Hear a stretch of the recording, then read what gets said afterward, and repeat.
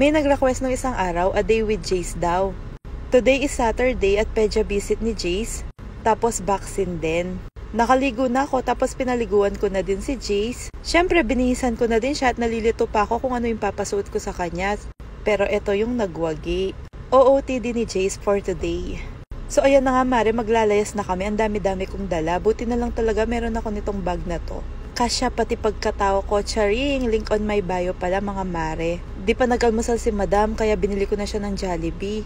Yung batang to gutumin talaga. Bago kami umalis, pinadede ko na siya. Ayan, kumakain na siya ng burger. Nandito na kami sa May Calcutta. Dito pala yung clinic ng pedya niya, si Doc Vergara pala. Tinanggal niya yung mask niya mga mare kasi kumakain siya. Tapos bigla, tingnan nyo, parang may ginagawa siya. So ayun na nga, gumawa siya. Kami na dapat kaso nagpupo siya. Kaya napunta tuloy kami sa last. Yung palang pedya niya, bukod sa vaccine yung gagawin, ina-assess niya din yung development ni Jace. Magaling siya sa mga premature baby. Itong si Jace naman, tinitimbang pa lang, umiiyak na. So ayun na nga mare, late talking si Jace. Tapos sabi ni Doc, tanggalin muna daw yung screen time. More on makipag-interact daw at makipaglaro sa ibang bata. Tapos sabi din ni Doc, balik daw kami sa May. Kapag daw si Jace di pa talaga nagsasalita, magko-comment na daw siya sa TikTok ko.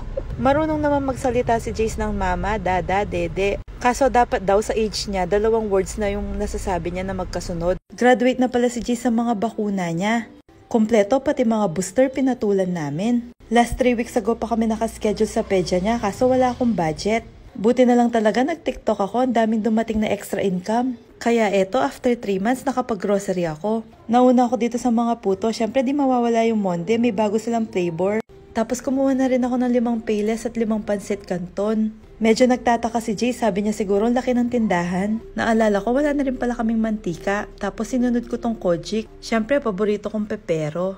Parang pang merienda yung mga kinukuha ko kasi mahilig kaming magmerienda ni Jace. Minsan nga gabi na nagmimerienda pa kami. Tapos lagi ako naghahanap ng ganito, yung cream o na premium. Buti na lang meron dito sa SM Tela Bastagan. Sinunod ko namang kinuha mga delata, century, tapos kumuha na rin ako ng corn beef.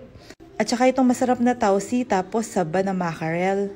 Tatry ko din pala itong medyo sosyali na vinegar. Tapos kumuha na din ako ng super bawang. Tapos tinuturo ni Jace to, lalaroin niya siguro. Eto pala yung butter na ginagamit namin. Syempre, di mawawala yung Yakult. O, punta naman tayo sa mga kape. Sinusya lang kung konti. May pa Starbucks, magkalasa lang naman ng Nescafe. Tapos meron din pala sila ng soda na iced tea. Kumuha na rin ako at saka ng Minute Maid. Tapos nakita ni Jace to, gusto niya to, kaya binuksan ko na, pinainom ko sa kanya. Kumuha na rin ako ng Dutch Mill at Nutribus. Para kay Jace yan. Wala na rin pala akong Sonrox, maglalaba ako bukas. Tapos kumuha din ako ng Baygon at saka Ariel.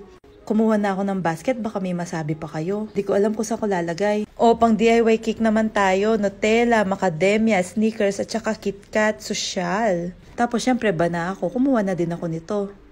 At di mawawala yung curly tops. Ito laging nauubos sa amin, nuggets. Bumili na rin pala akong panglutong kamatis tapos pinapabukas ni Jace to, sabi ko mamaya na lang.